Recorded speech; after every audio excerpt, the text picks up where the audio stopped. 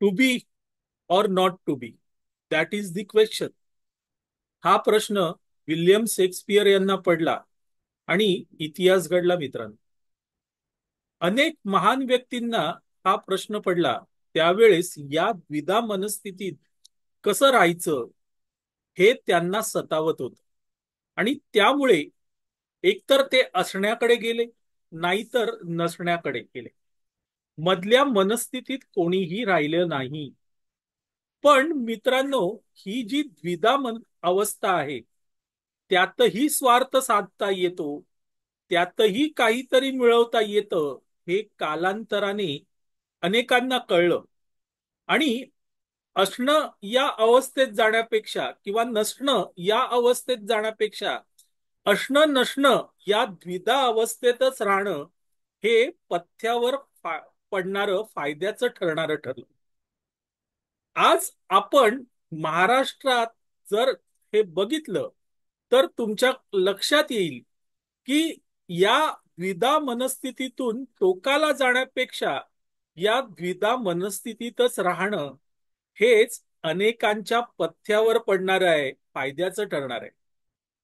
मंडळी, मनोज जरांगे पाटील यांनी मराठा आंदोलन सुरू केलं. मराठांना आरक्षण मिळवण्यासाठी आंदोलन होतं. आणि हे आंदोलन हळूहळू राजकीय स्वरूप धारण करू लागलं. आणि जरांगे सातत्याने सांगत होते की आता आम्ही प्रत्यक्ष राजकारणात येणार, निवडणुकीच्या राजकारणात उतरणार. अगदी कालपर्यंत त्यांनी काही मतदारसंघही जाहीर करून टाकले. पण राजकारणात येणं म्हणजे टोकाची भूमिका, किंवा न येणं म्हणजे टोकाची भूमिका. आणि ही टोकाची भूमिका, to be or not to बी या प्रश्नाचं उत्तर. पण जरांगेंना त्या प्रश्नांचं उत्तर नकोय. त्यांना ती द्विधा मनस्थितीच हवी आहे.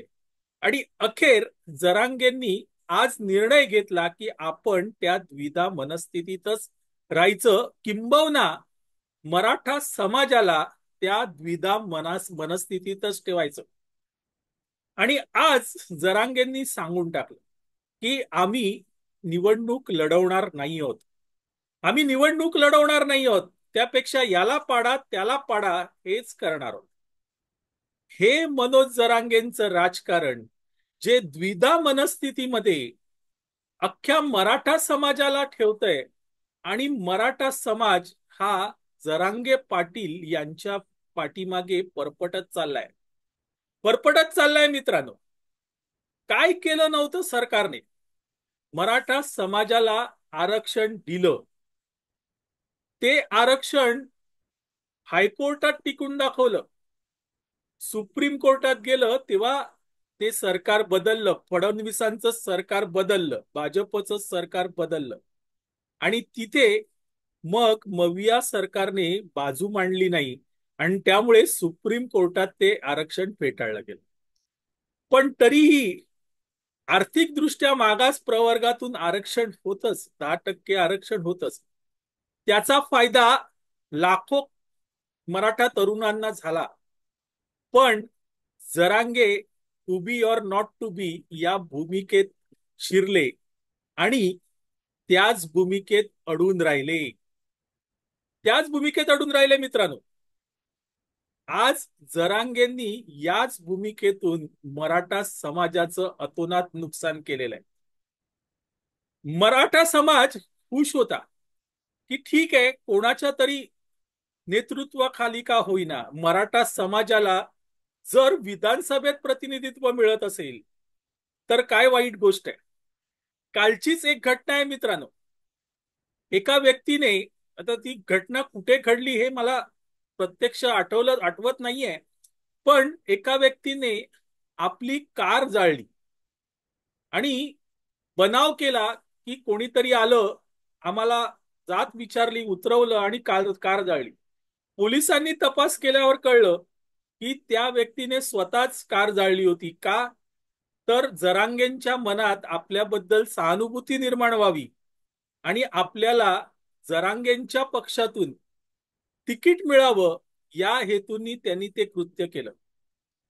मंडळी, असे अनेक लोक जरांगेंकडे आस लावून बसलेले होते की आपल्याला तिकीट मिळेल, आपण या निवडणुकीत उतरू आणि पुन्हा मराठा समाजाची जरांगेंच्या नेतृत्वाखाली शक्ती ही विधानसभेच्या निवडणुकीतून दिसून येईल. पण जरांगेंनी to be or not to बी या स्थितीतच राहण्याचा निर्णय घेतला आणि आपण निवडणूक लढवणार नाही, सगळ्यांनी आता उमेदवारी रद्द करावी असं थेट सांगून टाकलं. थेट सांगून टाकलं.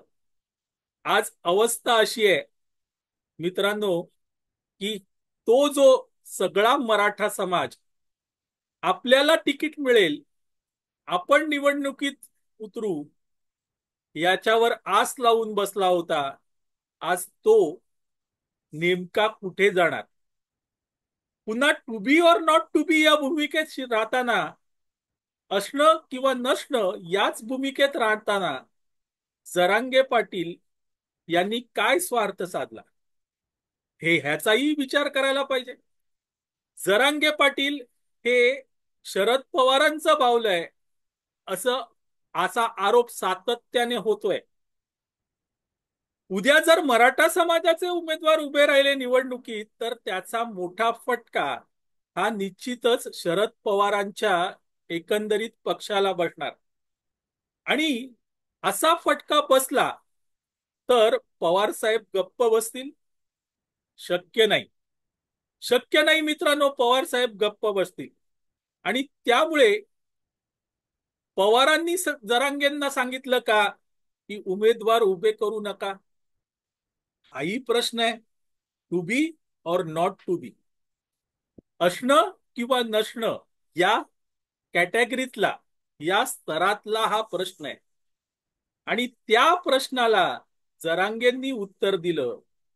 काय उत्तर दिलं मित्रांनो? त्या प्रश्नाला जरांगेंनी उत्तर दिलं की नाही, आम्ही हे करणार नाही. म्हणजे थोडक्यात पवारांना मदत करणार, हेच त्याचा अर्थ होता. आता उमेदवार पाडताना हे लक्षात घेतलं पाहिजे मित्रांनो की जरांगे कोणचे उमेदवार पाडणार, कुठल्या पक्षाचे उमेदवार पाडणार आणि तशी हाक देणार. हे कशासाठी? तर राजकारणासाठी. असणं आणि नसणं, to be or not to बी या स्थितीत, या द्विधा मनस्थितीत मराठा समाजाला ठेवायचं आणि आपलं पितळ उघडं करून घ्यायचं, हा त्यामागचा हेतू. मराठा समाज मात्र यामध्ये भरडला जातोय. भरडला जातोय. आणि असा भरडला गेलेला मराठा समाज खरंच गप्प राहील का? मित्रांनो, विचार करा. विचार करा. कारण आज परिस्थिती अशी आहे की जरांगेंनी स्वप्न तर खूप मोठी दाखवली आहेत, प्रत्यक्षात उतरू न शकणारी स्वप्न दाखवली आहेत. आणि त्या स्वप्नांसाठी आपण भांडतोय म्हणून जरांगे सांगतायत. पण सत्य परिस्थिती लपलेली नाहीये. लपलेली नाहीये मित्रांनो. या राजकारणात किंवा निवडणुकीच्या राजकारणात जर जरांगे पाटील पडले असते तर भले काय 4-5 उमेदवार निवडून येतील, पण निदान जनतेला मराठा समाजाची ताकद कळली असती. ताकद कळली असती. आणि ती ताकद खरंच जरांगेंना दाखवायची होती का? हाही प्रश्न आहे. To be or not to बी. असो मित्रांनो, तुर्तास इथे थांबतो. आपल्याला व्हिडिओ आवडला तर लाईक करा, शेअर करा, लक्षवेधला सबस्क्राईब करा. मी आबा माळकर आपली रजा घेतो. धन्यवाद.